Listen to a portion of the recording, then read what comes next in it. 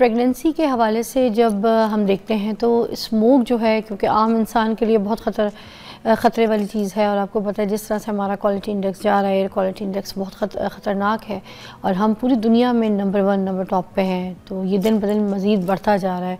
तो जो आम हामला खातून होती है प्रेगनेंसी के दौरान, उसको क्या दुश्वारियाँ पेश आ सकती हैं, माँ और बच्चे के ऊपर क्या असरात होते हैं इसके स्मोक के, आज इसके ऊपर ज़रूर बात करेंगे। और आपके घर में कोई भी ऐसी हामला खातून है, कोई भी ऐसी बेटी है, आपकी बहू, तो मैं चाहूँगी ख़ास तौर पे ये शो आप लोग देखें ज़रूर, ये सेगमेंट ज़रूर देखें, क्योंकि इससे आपको काफ़ी आगाही हो सकेगी और आप उस प्रिकॉशंस जो है उसको तरीके से कर सकेंगे।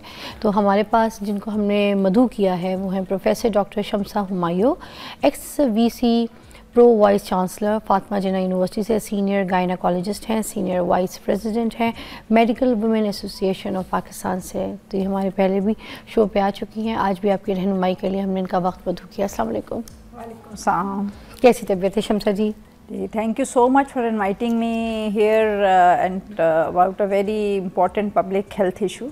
आपको पता महीना एक तो ये कैंसर के लिए बहुत ज़्यादा इसके ऊपर काम हो रहा होता है, अवेयरनेस प्रोग्राम्स होते हैं, और उसके अलावा इस तरह से जो ये इम्पॉर्टेंट चीज़ें हैं जिसके ऊपर बिल्कुल नज़रसानी नहीं की जाती, इनको देखा नहीं जाता। और मुझे लगता है स्मोक जब आम इंसान के लिए इतना डेंजरस है, तो जो हामला खातून हैं उनके लिए कितना डेंजरस होता होगा। ज़रा स्मोक के बनने का एक प्रोसेस जो है वो पहले आम देखने वाले को बता दीजिएगा कि बनती कैसे है, ये होती क्या है और इसके क्या नुकसान होते हैं। थैंक यू सो मच, बहुत इम्पोर्टेंट आपने एस्पेक्ट इसका मेरे से पूछा है। स्मोक बेसिकली बनता है स्मोक और फॉग, इसको मिला के हम कहते हैं स्मोक। स्मोक के अंदर क्या चीज़ है, एक पार्टिकुलेट मैटर आप रोज़ पढ़ते होंगे, 10 है, 2.5 है, फिर आप पढ़ते हैं इसमें नाइट्रिक ऑक्साइड है, फिर इसके अंदर सल्फ़र डाइऑक्साइड है और ओजोन है। तो ये सब चीज़ें मिलके बना देती हैं आपकी स्मोक। अब स्मोक के अंदर जो सबसे डेंजरस चीज़ है वो गैसेस, तो जो मैंने कही हैं, नाइट्रेट्स, सल्फ्यूरिक, ये सब तो है ही, लेकिन जो पार्टिकुलेट मैटर हैं ये हैं सस्पेंडेड, लिक्विड और सॉलिड। और इसके अंदर क्या होता है जो हमारी बॉडी के लिए हैज़र्डस है, ये जो ब्लैक धुआं या सूट जिसको कहते हैं, इसके अंदर वो होता है। फिर इसके अलावा इसके अंदर 4 तरह की हैवी मेटल्स हैं, जिसमें कैडमियम है, आर्सेनिक है, लेड है, मरकरी है, जो कि बहुत ही नुकसानदेह हैं इंसानी जिस्म के लिए। तो ये काला धुआं और ये मरकरी, ये सब चीज़ें कहाँ से इसके अंदर जनरेट हो जाती हैं? ये सारी चीज़ें जो हैं, इन पार्टिकुलेट मैटर्स को जब हम नाम लेते हैं 10 या 2.5, जो 10 है वो तो आपके अपर रेस्पिरेटरी ट्रैक को नुकसान पहुंचाता है। सबसे डेंजरस है 2.5, जो आपके लंग्स के अंदर, आपके बाकी ऑर्गन्स के अंदर जा सकता है, क्योंकि वो इतना छोटा होता है। 2.5 माइक्रोमीटर उसका साइज़ है, तो इसके साइज़ से इसको पार्टिकुलेट मैटर का साइज़ से हम डिटरमिन करते हैं। अब ये आता कहाँ से है? सबसे जो मेन दुनिया के अंदर है, जैसे कि पहले चाइना में था बहुत ज़्यादा स्मोक, ये आपकी जितने व्हीकल्स हैं जो धुआं छोड़ते हैं, गाड़ियाँ, जितने ज़्यादा व्हीकल होंगे उतना ही उसका एग्जॉस्ट होगा। हमारे पास तो खटारा व्हीकल रोड पे निकलो तो आराम से गिनतियों में गिन सकते हैं। That is the main source.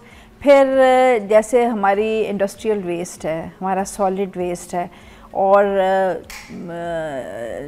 Punjab government ने बहुत काम भी किया है, ये जो भट्टे हैं ईंटों के, और last but not the least जो हम फसलों की बाकियात जलाते हैं, भट्टे भी भरे पड़े हैं शेखुपुरा साइड पे, आप देख लें अभी तो बिल्कुल। तो ये सब चीज़ें मिलके क्या करती हैं कि आपकी फॉग के अंदर स्मोक डाल देते हैं, विच become smog and very very हैज़र्डस, जो हमारे सेहत के लिए है।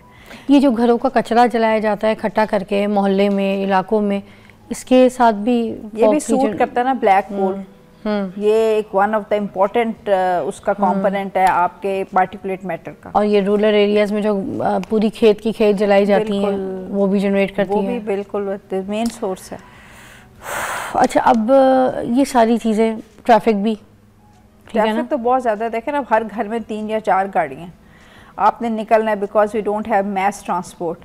अगर मैस ट्रांसपोर्ट अच्छी पब्लिक हो तो और लोगों को डिस्करेज करें कि आप गाड़ियाँ इस्तेमाल ना करें। यूके अमेरिका में अंडरग्राउंड ट्रेन्स चल रही हैं, ट्यूब्स चल रही हैं, लोग काम कर रहे हैं, गाड़ियों का इस्तेमाल यहाँ पर इतना ज़्यादा है आपके सामने। स्कूल के लिए बसेस नहीं चलती, बहुत सारे ऐसे मसले। अब ये जो जनरेट हो रही है कितनी नुकसानदेह, आपने बड़े अच्छे तरीके से यहाँ पे हमें एक पॉइंट से एलैबोरेट किया। मुझे बताएं, जो हामला खातून होती हैं, जो प्रेग्नेंट होती हैं, उनके लिए तो फिर बहुत ज़्यादा डेंजरस होता होगा। उनकी तो ऑक्सीजन लेना, सांस लेना, तो वो तो बहुत ख़तरनाक होता होगा उनके लिए। बिल्कुल, बहुत अच्छी आपने ये बात कही। देखें, जो वल्नरेबल ग्रुप्स हैं उसके अंदर आपके बुज़ुर्ग, हामला ख़वातीन और बच्चे, क्योंकि एक तो उनकी इम्यूनिटी लो होती है, रेजिस्टेंस लो होता है। और पर्टिकुलरली मैं बात करूँगी हामला ख़वातीन की। आपके जितने भी स्मोक के पार्टिकल्स हैं, ये जब इनहेल करती है खातून, तो अब ये स्टडीज़ और रिसर्च से साबित हो गया कि जाके इफ़ेक्ट करते हैं आपके जो बच्चा परवरिश पा रहा है माँ के अंदर, उसके डीएनए के ऊपर, उसके जेनेटिक्स के ऊपर। जो डैमेज स्टार्ट हो गया वो अर्ली प्रेगनेंसी से स्टार्ट हो गया। और इसमें बच्चे मिसकैरेज होना, अगर बहुत ज़्यादा देर एक्सपोजर रहेगा तो मिसकैरेज का ख़तरा बढ़ जाएगा।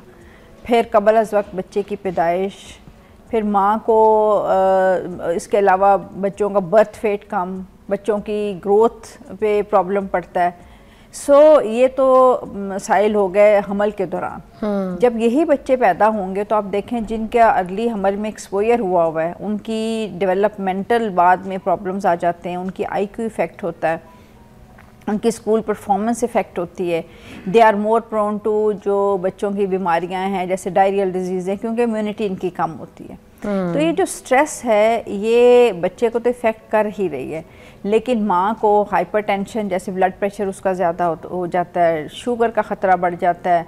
और इसके अलावा ये सब चीज़ें जब आपकी हो रही हैं तो माँ के ऊपर जो एक साइकोलॉजिकल स्ट्रेस का फैक्टर है, that is the top most, along with जो उसके रेस्पिरेटरी प्रॉब्लम हैं जो जनरल पब्लिक को भी हो रहे हैं, लेकिन एस्थमा एग्रावेट हो जाएगा, रेस्पिरेटरी इन्फेक्शन एग्रावेट हो जाएंगे। अब मुझे हर तीसरे दिन किसी पेशेंट का फ़ोन आता है, जी देखें मुझे फ्लू हुआ है, मुझे छींकें आ रही हैं, मेरा एस्थमा जो है, मुझे सांस नहीं आ रही।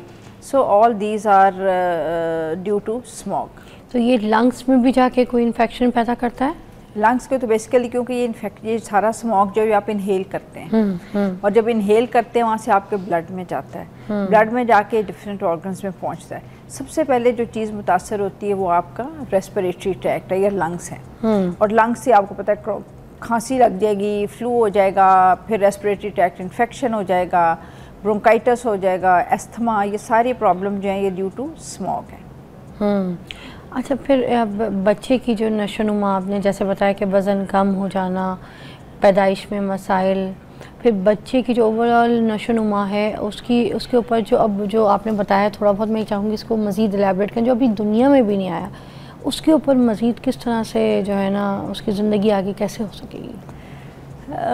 देखिए, अब हम कुछ चीज़ें हैं जो आप ख़ुद कर सकते हैं, कुछ चीज़ें जो आपके इख्तियार से बाहर हैं।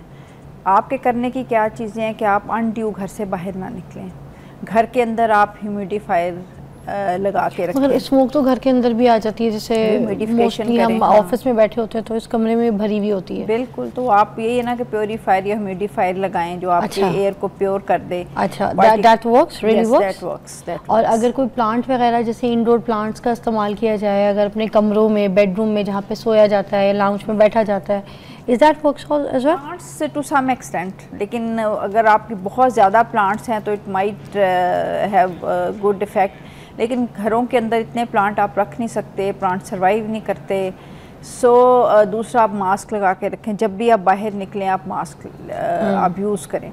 और मास्क भी देखें, जो सिंपल मास्क होते हैं दे डू नॉट इफ़ेक्ट। जैसे कोविड के अंदर हमने N95 यूज़ किया, N95 आपका ये सारे पार्टिकुलेट मैटर्स जो हैं उनको फ़िल्टर कर देता है। लेकिन मेरा तो मैसेज यही है कि आप अनड्यू आउटडोर एक्टिविटीज़ अवॉइड करें। दूसरी बात यह है कि अगर ज़रा भी आपको लग रहा है कि इन्फेक्शन हो रहा है तो अर्ली उसका ट्रीटमेंट करें, बजाय इसके कि आप उसको छोड़ दें, क्योंकि ये सारे प्रॉब्लम आहिस्ता आहिस्ता क्रॉनिक हो जाते हैं, यानी ये लॉन्ग टर्म फिर आपको कभी बार बार इन्फेक्शन होगा, बार बार आपकी चेस्ट ख़राब होगी।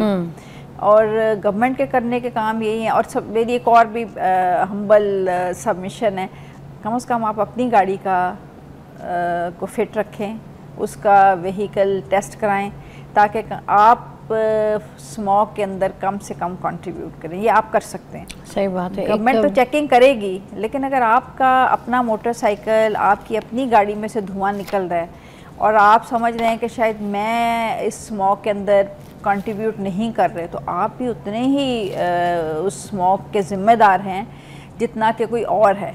आप समझ रहे हैं कोई बात नहीं, मेरा मोटरसाइकिल है, कुछ नहीं होता,